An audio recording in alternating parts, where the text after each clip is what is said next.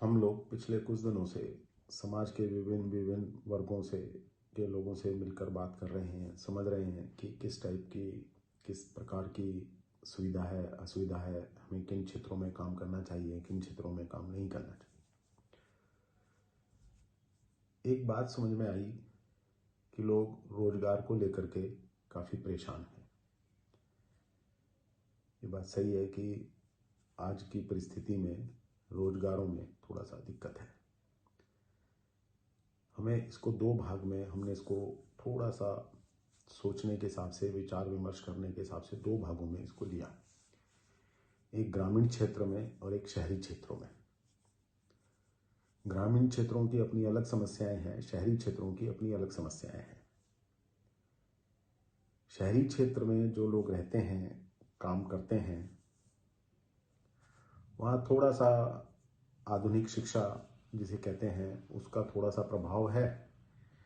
यहाँ पे लोग स्कूल में तो जाते ही हैं, कॉलेज भी चले जाते हैं, और उसके बाद कहीं ना कहीं नौकरी, उनका टारगेट जब पढ़ाई होता है तो उसमें ज्ञान अर्जित करना नहीं होता, उनका ध्यान होता है सिर्फ और सिर्फ नौकरी लेना, कि इस पढ़ाई को करके मैं ये नौकरी ले लूँगा, उससे मेरा जीवन चल जाएगा। ये उनका टारगेट होता है।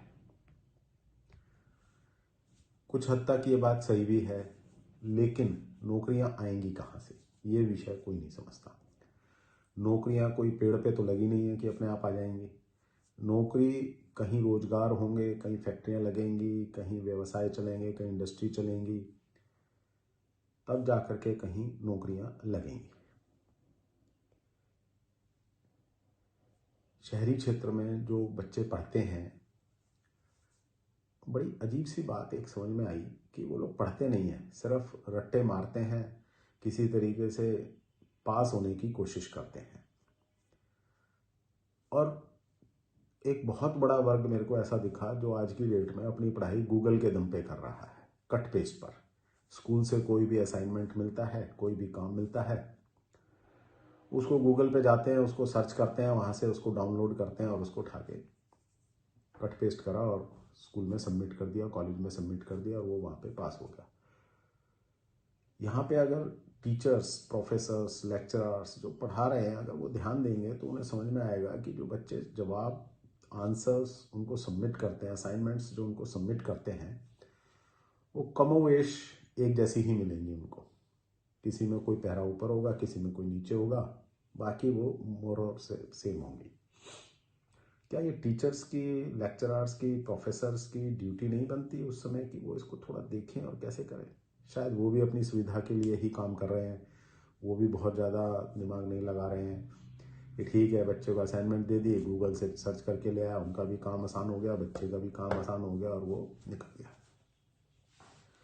लेकिन इन सब से कभी हमने गहराई से ये सोचा कि इसका इम्पैक्ट हमारे ऊपर क्या पड़ने वाला है, हमारे समाज के ऊपर क्या पड़ने वाला है, हमारे देश के ऊपर क्या पड़ने वाला है?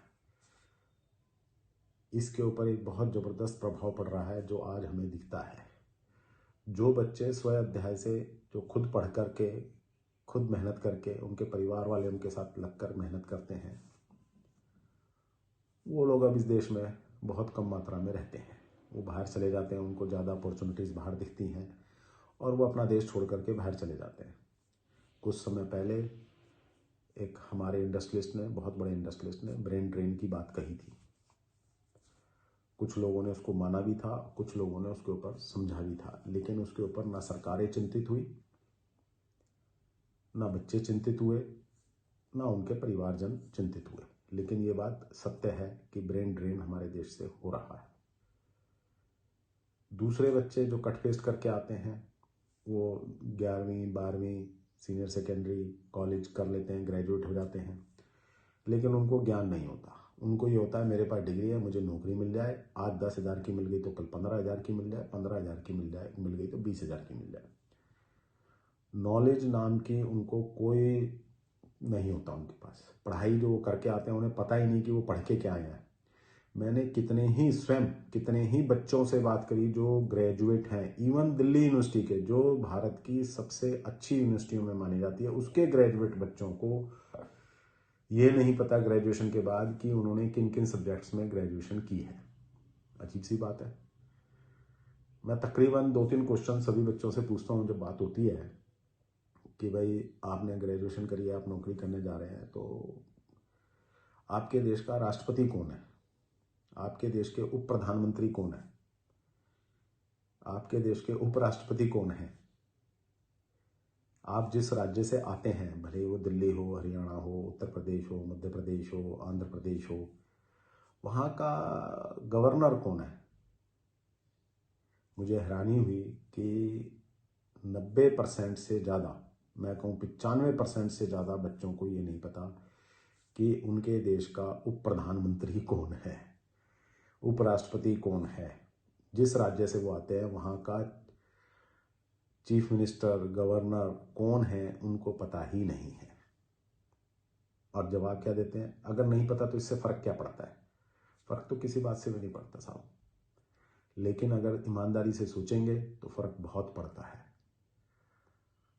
हम अपने बच्चों को अगर आज नहीं संभालेंगे, उनकी शिक्षा को नहीं संभालेंगे, अपनी शिक्षा पद्धति को नहीं संभालेंगे, तो ये जिस बात के लिए हम गर्व करते हैं कि हमारा देश युवाओं का देश है, उस युवा का कोई फ़ायदा नहीं होने वाला है अगर हम उसको शिक्षित नहीं कर पाए।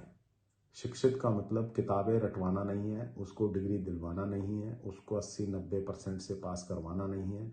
उसको उस ज्ञान की ज़रूरत है जिससे वो जीवन आगे चलाएगा। मैं स्कूल में पढ़ा, अलजेब्रा मैंने पढ़ा, मेरे को नहीं लगता। सामान्य गणित तो जरूर काम आता है, अलजेब्रे में थीटा, गामा ये सब पढ़ लिया, ठीक है। अगर मैं साइंस में होता या कुछ साइंटिस्ट बनता या कहीं किसी और लाइन में जाता तो शायद वो काम आता, लेकिन हमें अपनी शिक्षा पद्धति को समझना पड़ेगा कि हम अपने बच्चों को किधर पढ़ा रहे हैं और कैसे पढ़ा रहे हैं। इसके ऊपर मैं नम्र निवेदन करना चाहता हूँ देश की सरकारों से, केंद्रीय सरकार से, राज्य सरकारों से, कि हमें अपनी शिक्षा पद्धति पे काम करना पड़ेगा। अगर हम इस पे काम नहीं करेंगे तो ये जो हमारा यूथ है, युवा वर्ग है, ये ऐसे ही भटकता रहेगा, ऐसे ही शोर मचाता रहेगा, ऐसे ही सब करता रहेगा। 10,000 की तनख्वाह लेने वाला 15,000 की कैटेगरी के लिए देखता रहेगा, 15 वाला 20 की। वो सिर्फ और सिर्फ अपनी बातों से ही, अपनी फिजिकल प्रेजेंस से ही अपनी तनख्वाह बढ़वाना चाहता है, अपने ज्ञान से नहीं। उसको काम नहीं आता करना। उसके ऊपर सरकारों को ध्यान देना पड़ेगा कि उनके स्कूल के लेवल पे, उनके कॉलेजेस के लेवल पे, यूनिवर्सिटी के लेवल पे उनको काम सिखाने की तरफ ध्यान दिया जाए। अगर हम ऐसा करेंगे तभी काम चल पाएगा। मैंने आज ये विषय थोड़ा छोटे रूप में मैं रख रहा हूँ, इसको मैं दोबारा से लूँगा। इस अपने मत के ऊपर मैं आपके मत चाहता हूँ कि आप इस विषय को कैसे सोचते हैं, कैसे समझते हैं। आप अपनी प्रक्रिया हमें ज़रूर दें ताकि हम इस विषय पे दोबारा बात कर सकें। इस विषय पे मैं कल दोबारा आपसे फिर दोबारा बात करूँगा। धन्यवाद।